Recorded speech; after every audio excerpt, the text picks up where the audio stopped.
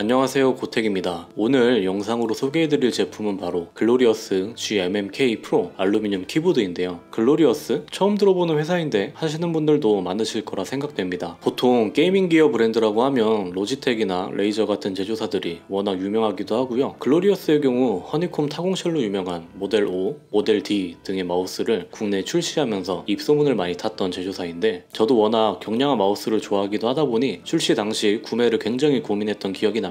아무튼 이런 이야기는 별로 중요한 게 아니죠. 가장 궁금하실 키보드 리뷰 지금 바로 시작하겠습니다. 박스 전면의 경우 제품의 외형을 간단하게 표현한 디자인으로 되어 있고요. 뒤쪽엔 간단한 제품 설명이 되어 있는 모습인데, 이건 뭐 중요한 내용은 아니다 보니까 빠르게 넘어가도록 하죠. 박스를 오픈해보면 오픈하자마자 간단한 쪽지 하나가 저를 반겨주는 모습입니다. 내용 역시 매우 간단한 모습이네요. 위쪽을 덮고 있는 스폰지를 걷어내면 글로리어스 스티커와 실리카 겔이 들어있고 바로 키보드 본품을 볼 수 있게 되어 있는 모습입니다. 본품을 꺼내면 안쪽엔 케이블, 패드, 키캡 리무버, 스위치 리무버가 같이 포함되어 있네요. 패드의 경우 형태를 보아하니까 아마 가스켓에 붙이는 패드가 아닐까 싶습니다. 아무튼 부가적인 건 넘어가고 본품을 한번 볼까요? 포장을 벗겨보면 이렇게 본품을 만나볼 수 있는데요. 제가 구매한 모델은 화이트 컬러로 구매했는데 화이트가 확실히 조금 더 이쁜 듯 합니다. 블랙은 워낙 다른 키보드 컬러로 많이 써봐서 그렇게 느끼는 걸 수도 있고요. 제품이 동작되는지도 한번 살펴보게 케이블도 연결해 봅시다. 오, LED가 생각보다 밝게 들어오는데요. 저번에 리뷰했던 키크론 제품의 광량을 생각해보면 상당히 눈뽕이 심하지 않나 싶은데 이런 밝은 광량 매우 마음에 드는 부분입니다. 자, 그럼 스위치 조립해서 한번 테스트 해보도록 할까요?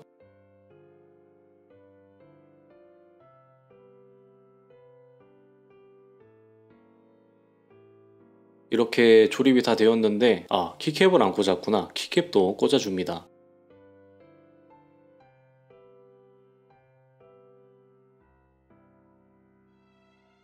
이렇게 진짜로 다 조립이 되지 않았나 싶은데요. 우선 현재 제품 세팅입니다. 스위치는 글로리어스 판다 스위치 순정 제품이고 키캡도 글로리어스 GBPT 키캡으로 가장 베이직한 조합이 아닐까 싶은데요. 입문하기 가장 좋은 조합으로 키감을 느껴보도록 합시다.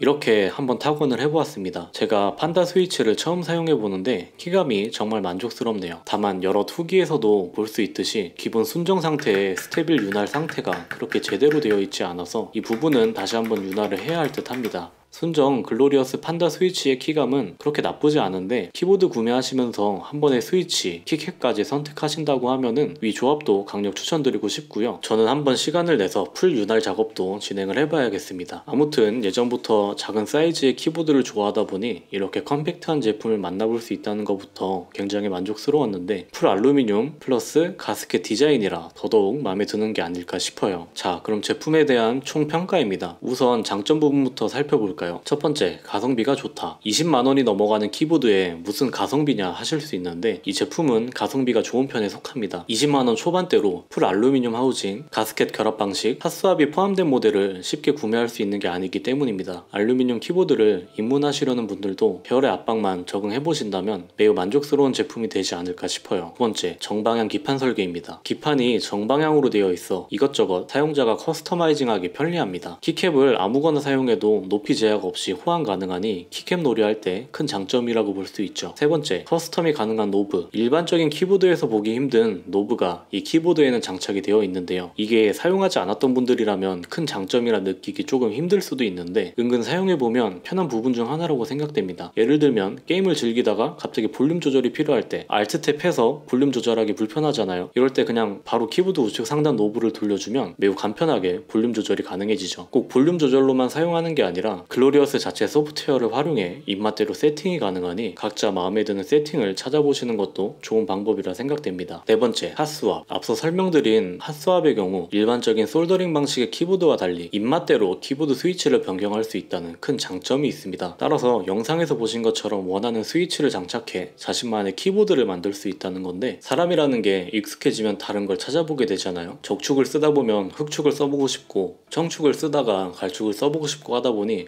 이도치 않은 기병증을 치료할 때도 매우 좋은 제품이 아닐까 싶습니다. 다섯 번째, QMK-G1. QMK-G1으로 미니비얼에서 주로 사용하시는 키 매핑을 더욱더 섬세하게 세팅할 수 있습니다. 전문적으로 사용하는 분들에겐 큰 장점으로 다가오는데요. 일반적으로 사용하는 라이트 유저라면 글로리어스에서 배포하는 소프트웨어로도 무난하게 사용 가능하니 이런 부분도 있다고만 생각하시면 좋아 보입니다. 자, 이렇게 장점을 살펴보았는데요. 제가 사용하면서 느낀 단점도 한번 말씀드려볼까 합니다. 첫 번째, 순정 스테빌라이저 윤활 상태입니다. 우선 순정으로 출고된 상태에서 키보드 스테빌라이저 윤활이 깔끔하지 못합니다. 저의 경우 찐득찐득하게 키가 올라오지 않는 경우도 있었으며, 스테빌 윤활이 균등하지 못해 철심 소리가 잡히지 않은 부분도 있었습니다. 이 부분은 소비자가 다시 세팅을 해야 하니 크게 불편하다고 느껴지더라고요. 두 번째, 완벽하지 않은 QMK-G1. 앞서 소개해드린 장점 중 하나인 QMK-G1입니다. 지원되는 건 반가운 소식이나 아직 제대로 지원하지 않는 듯 하더라고요. QMK 사용 시 기존 글로리어스 소프트웨어 사용이 불가능해지니 이 부분도 불편할 수 있겠습니다. 위 부분 말고는 딱히 단점으로 뽑을 만한 건 없는 듯 한데요. 개인적으로 단점을 고려하더라도 매우 만족 중인 제품이다 보니 여유가 되신다면 이 제품으로 알루 키보드 입문하시는 것도 좋지 않을까 싶습니다. 그럼 오늘 영상은 여기까지입니다. 다음번엔 아마 윤활 영상으로 찾아뵙지 않을까 싶네요. 그럼 안녕.